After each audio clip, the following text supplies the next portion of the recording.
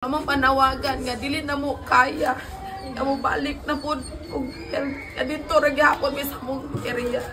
Kung akong gi hangyo nga tagaan mi relocation nga kana ganing daay partnership na mo kay dili sa among gimitingan sa among grupo dili na mo kaya nga mapalit og yuta. So nga mo ala nga nay mga tao nga kana ganing willing to share your heart to us.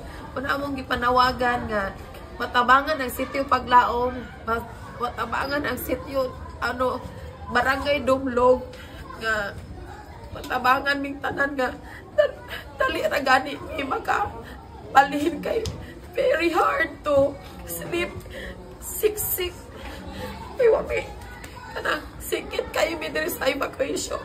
So the pressure mi kay kanang dali-dalion mi pahawa kay kabalo mi gagamito ni siya nga building. So ang amo ala nga matabangan mi nga madali makakita na yung area nga mabalhinan na mo.